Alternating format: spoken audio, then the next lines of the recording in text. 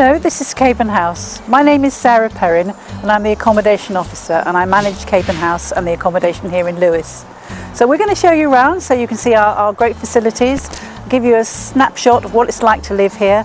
So in Caburn House we have ensuite bedrooms, so each room has a single bed and its own bathroom with a shower, WC and sink. So you've got your privacy and it's very convenient. We also have beautifully appointed kitchens, all completely equipped with everything you might need.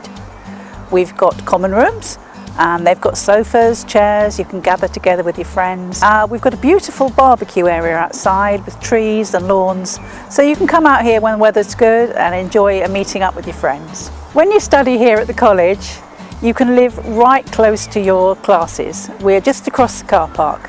We've got parking here, and a lot of people use the train to get to London, Brighton, Eastbourne, Hastings. It's very convenient. So we have staff here at Caburn House to look after you.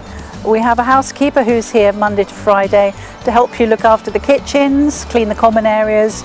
She doesn't do the washing up, that's down to you, and you can clean your own bedrooms, but we've got plenty of equipment that you can borrow if you want to. So in the evening we have staff here to look after you.